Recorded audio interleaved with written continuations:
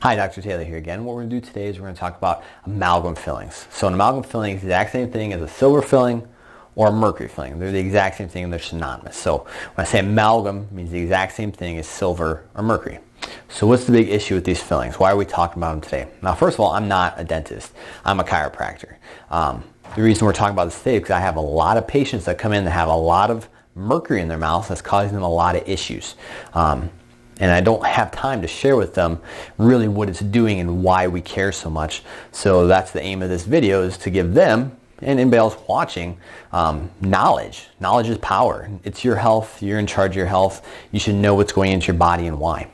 So when we're talking about the amalgam fillings, the problem is that they're mercury. So if I just went out in the street and I went to somebody and said, hey, I have some mercury in my pocket, would you like to touch it? I'll give you $1,000 if you touch it. Most people wouldn't, because people know mercury is bad for you. It's a neurotoxin. Actually, is toxic to the nervous system specifically. You know, if I went to that same person and said, all right, how about, can I put some in your mouth? Absolutely not. Nobody wants to put toxic waste, toxic metals into their mouth. But that's exactly what people do every day when they go to the dentist. So it's a big issue. It really is. So when we're looking at these fillings, they're 50% mercury, and this is typically 50% mercury, 30% copper, 14% of both tin and silver, and then about 1% zinc. So all these metals are toxic to our bodies. So they're toxic, all of them. We're still putting them into our mouths, and when these things combine, they actually react to form 16 other compounds that are also toxic. So we're going to focus on the mercury, but overall, just not good at all. So when we look at these, you know, there's a lot of toxic effects that a person has. So if you have a 1 gram amalgam put into your teeth, like I say, all you got to do is look in a mirror, open your mouth, look at the bottoms and tops, and if they're silver, there's a really high likelihood that those are silver amalgam fillings. The lifespan of an amalgam filling is typically between 5.5 to 11.5 years. I have lots of patients that come in that got them when they were children that are now in their 60s. It's not a regular practice to just take them out unless you're with a more conscientious dentist with these kind of issues. So you're putting this toxic metal into your mouth that gives off toxic vapors, actually releases mercury gas. Now there's lots of different things that play into that, you know, chewing, all these different kind of things, but it will release mercury gas. And then over years, it's going to leak. So you're actually getting this leakage of these metals into your mouth. I had a patient that had 12 fillings. That's a lot. She was having a metal taste in her mouth. This is before she came into my office. And so what they did is they took out all 12 fillings, 6 one time and 6 the next. We'll talk about later, but you don't want to do that, because when you get these things taken out, you're going to get an increased mercury load on your system. And we want to make that as minimal as possible, because like I say, it's a neurotoxin. It is toxic to the body. You want as least amount as possible, you know, being exposed to. So let's say you have a 1 gram amalgam filling. Well, typically there's 500,000 micrograms of mercury in that 1 gram amalgam filling. So the EPA standards for mercury vapors to the system is 10 micrograms per day. Anything more than that is toxic. So the EPA standards probably should be a little bit lower, but we'll use the 10 micrograms per day as our case in point. So you say you have a 500,000 micrograms in 1 gram amalgam filling. So say you're having 5 to 10 microgram exposure per day from that filling. That exposure will last 137 to 274 years before it's run out of mercury. So these mercury fillings will outlast you by far. And we're just talking about one single filling when we're talking about this. So these are bad things, like I say.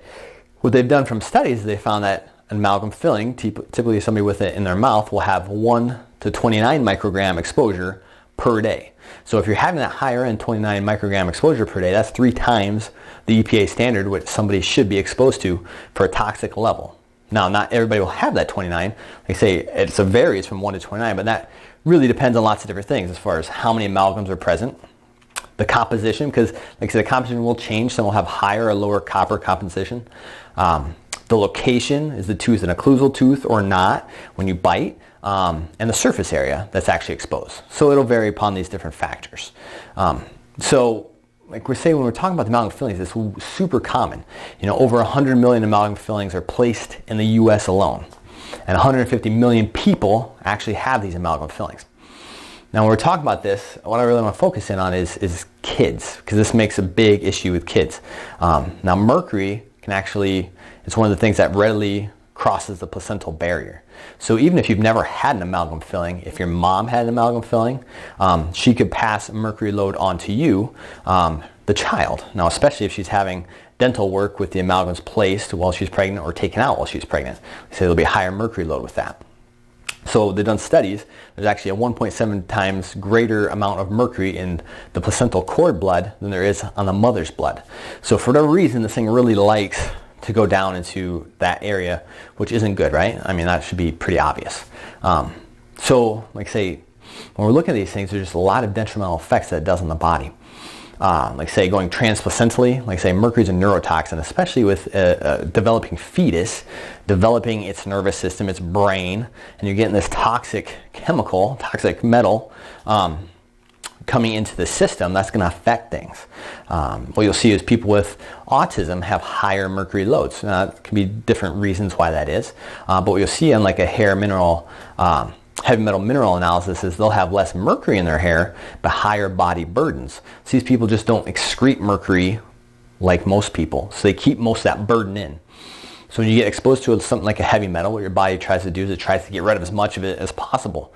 The problem is it can't get rid of all of it. So what it does at that point is it stores it in places so it doesn't, affect as many things as possible.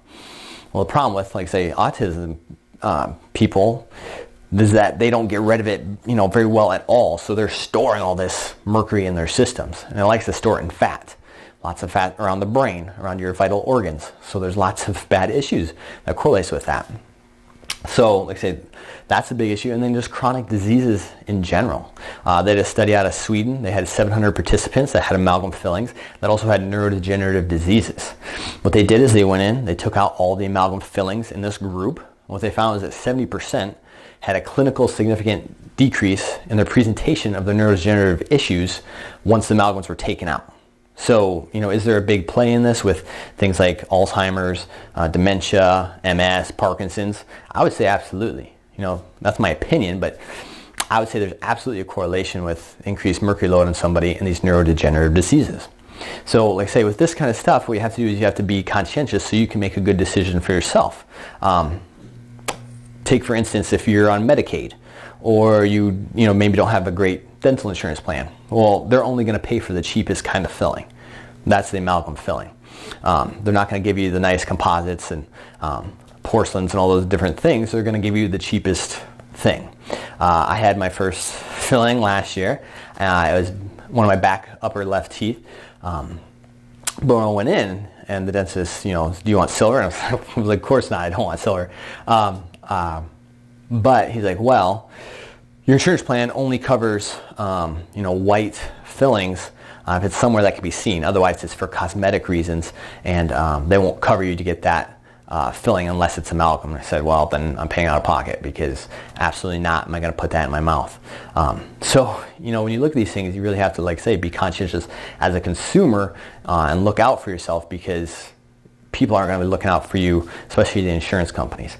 The U.S. is one of the only few developed countries that still allows amalgam fillings because everybody else has said, hey, that's a toxin. We don't want people using that. We don't want them putting it into their mouth, especially because there's lots of issues with leakage and constant exposure through the mercury vapor.